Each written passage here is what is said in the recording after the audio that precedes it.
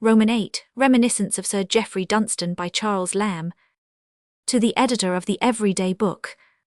To your account of Sir Jeffery Dunstane in columns 829-30, where by an unfortunate erratum the effigies of two Sir Jefferys appear, when the uppermost figure is clearly meant for Sir Harry Dimmesdale, you may add that the writer of this has frequently met him in his latter days, about 1790 or 1791, returning in an evening after his long day's itinerancy to his domicile, a wretched shed in the most beggarly purlieu of Bethnal Green, little on this side the Mile End Turnpike.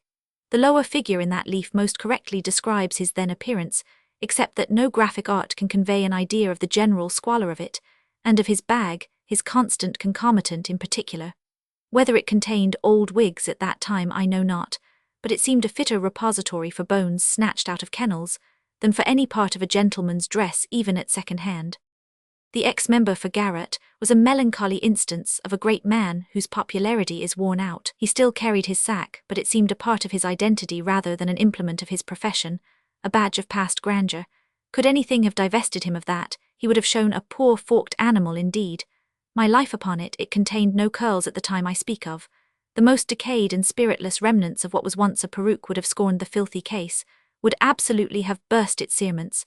No, it was empty, or brought home bones, or a few cinders possibly, a strong odour of burnt bones, I remember, blended with the scent of horseflesh seething into dog's meat, and only relieved a little by the breathings of a few brick kilns, made up the atmosphere of the delicate suburban spot, which this great man had chosen for the last scene of his earthly vanities. The cry of old wigs had ceased with the possession of any such fripperies. His sack might have contained not unaptly a little mould to scatter upon that grave, to which he was now advancing, but it told pg 367 of vacancy and desolation. His quips were silent too, and his brain was empty as his sack. He slank along and seemed to decline popular observation. If a few boys followed him, it seemed rather from habit than any expectation of fun. But it is thus that the world rewards its favourites in decay. What faults he had I know not. I have heard something of a peccadillo or so. But some little deviation from the precise line of rectitude might have been winked at in so tortuous and stigmatic a frame. Poor Sir Jeffery!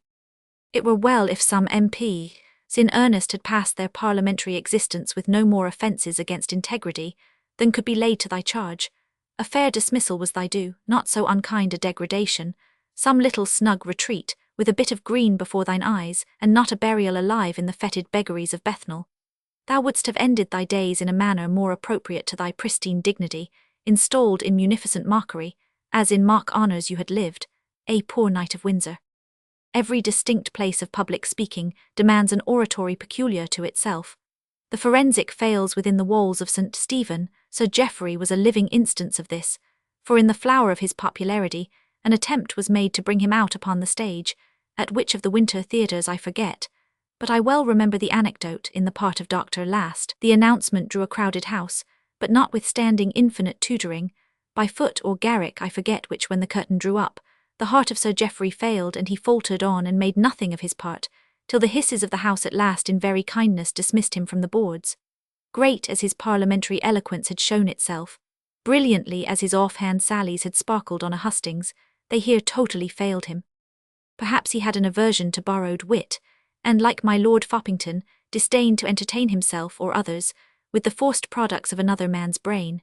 Your man of quality is more diverted with the natural sprouts of his own. Cl.